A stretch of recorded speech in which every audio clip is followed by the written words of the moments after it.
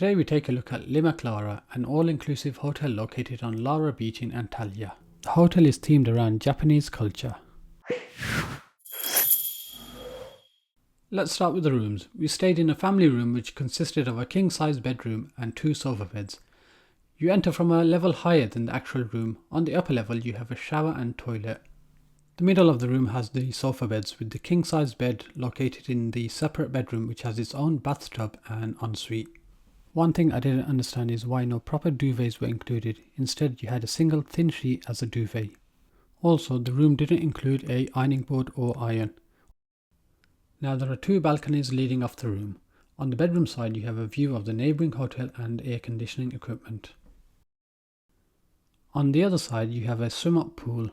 There is a shallow pool just outside the room itself with a larger, deeper pool in the middle area. Only guests staying in family rooms are allowed to use this area. Now this area is perfect for families that want to take a dip but also want to be within easy reach of their room. The other pools of the hotel aren't so easy to get to from the hotel rooms. Now to get down to the pool you have to take a lift down to the lowest floor, -2. Then you have to walk across a large lobby that has a seating area and various games rooms which I'll show you later. Once past the kids club, which was closed by the way, you'll end up outside the hotel. This is one of the downsides of the hotel, as guests who have wet clothes from swimming would need to trek across dry areas of the hotel in order to get to their room.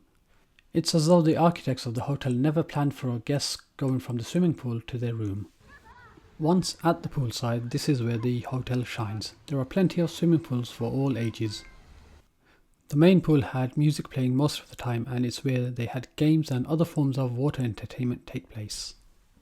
The music mainly consisted of Europop, while the entertainment felt disorganized and lackluster.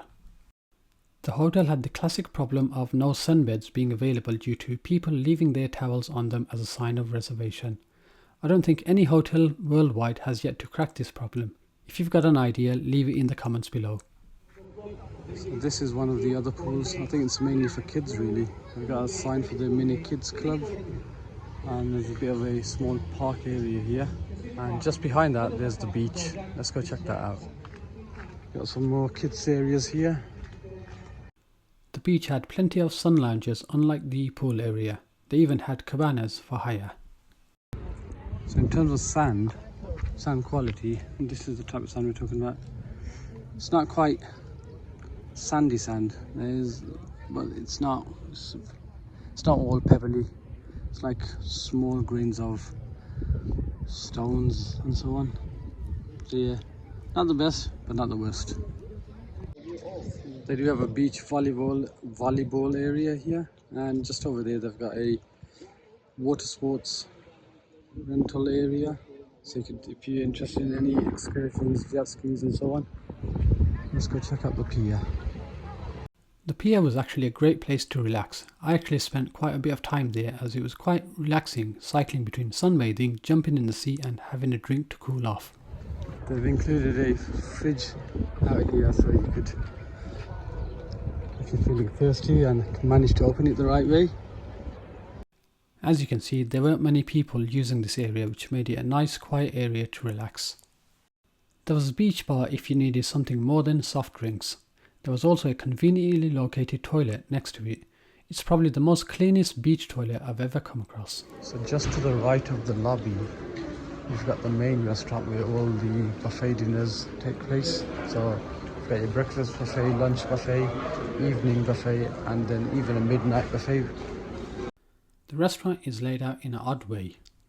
There's a main row of cooked food, but outside there's another cooking station with various other foods. I couldn't determine what type of food was meant to be in what area, therefore I ended up walking around every part of the restaurant just to see if there was anything I'd like. So here, got more, not sure what type of food these are, but more choice is better, I guess. There appeared to be no themed dining on any of the nights that I could tell. Now overall you'll probably find something you like, however taste wise nothing was wow. Most days I ended up filling myself on fresh fruits, which I seem to enjoy more, probably due to the hot weather. Got more fresh fruit than a greengrocer. The dessert was the same most nights. The icing on the cake was when they often ran out of ice cream at the ice cream parlour and didn't bother to refill it and simply closed up. The hotel has several a la carte restaurants. However, unlike other all-inclusive hotels, there's a separate charge for it. This is probably why they remained empty on most days from what I could see. It's cheeky for the hotel to do this. It's a trend I've noticed the hotel do in other parts. For example, during the night entertainment there's a popcorn stall, but it charges €3, which is distasteful and extortionate.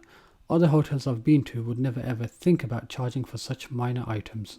It was the same for the games area, which essentially operated as a separate business within the hotel and charged for everything within it. The hotel should not advertise this as a feature if there's a separate cost to it. Now, the entertainment consisted of bands on some nights, magic shows and kids sing-alongs. Overall, it wasn't the hotel's strong point. Most of the shows took place at the Yin Yang Square. One of the days, the Yin Yang Square was host to a Holi party which involved throwing colour at each other, followed by a foam party. This was quite fun for kids and adults alike. 2, 3, here we go! A quick note about the spa. We didn't use it because some of the prices were outrageous. For example, an hour's massage including a hammam was $180. The Wi-Fi at the hotel was free, speeds were adequate. The signal, however, was patchy at times in certain parts of the hotel. As mentioned at the start of the video, the hotel themes itself around Japanese culture. However, it often fails to follow it through. There are many parts of the hotel that just feel like any other mass tourist resort. It feels as though this wasn't properly thought out and the designers just picked a theme and ran with it. You definitely won't be fooled into thinking you're in Japan.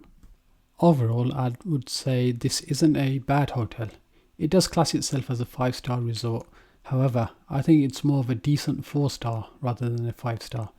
Price-wise, I paid £370 per night for a family room in the middle of July. Only you can judge for yourself if that's worth it for you or not. For me, I felt as though it wasn't. I previously stayed at the Hilton Dalaman and paid £420 a night.